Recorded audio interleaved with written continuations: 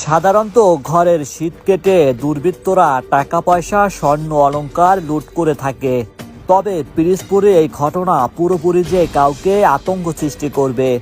জানা যায় বৃহস্পতিবার গভীর রাতে ইন্দুরকানী উপজেলার বালিপাড়া ইউনিয়নের ঢ্যাপসাপুনিয়া গ্রামের মিদ্দারহাট এলাকায় জেলে মোহাম্মদ জাহাঙ্গীর হোসেনের বাড়ি না থাকায় একদল দুর্বৃত্ত তার ঘরের শীত কেটে প্রবেশ করে স্ত্রী জেসমিন বেগম, মেয়ে ইয়ানা আক্তার ও নাতনি জুয়েনাকে এলোপাতাড়িভাবে কুপিয়ে গুরুতর জখম করে।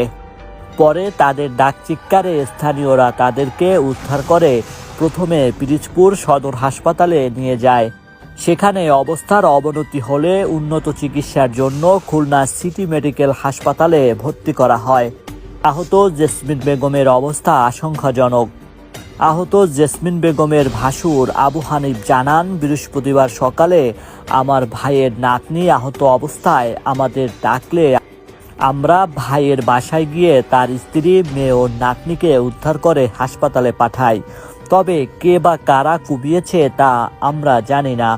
আমরা অপরাধীদের কঠোর শাস্তি চাই। কেউ টের পাই না, আমরা আমার ঘর থেকে বলতে পারবো না। ওগুলো যেগুলো দেখি না সেগুলো কই আপনি মানে ওনারা যে কোপানো হয়েছে টের পাইছেন কয়টায়?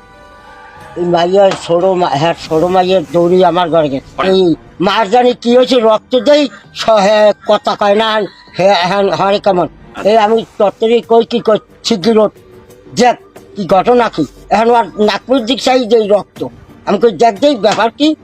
এই আইয়ের এই মাইয়ের শীত করলেছে চারিদিক যে লোকজন মানে ঘরে ছিল কতজন? ঘরে তিনজন।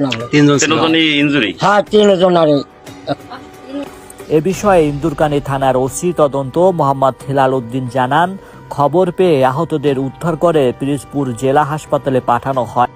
সেখানে অবস্থার অবনতি হলে খুলনা সিটি মেডিকেল হাসপাতালে ভর্তি করা হয়। এ ঘটনায় মামলার প্রস্তুতি চলছে। Raju Sikdar Niloy, Pirojpur online news.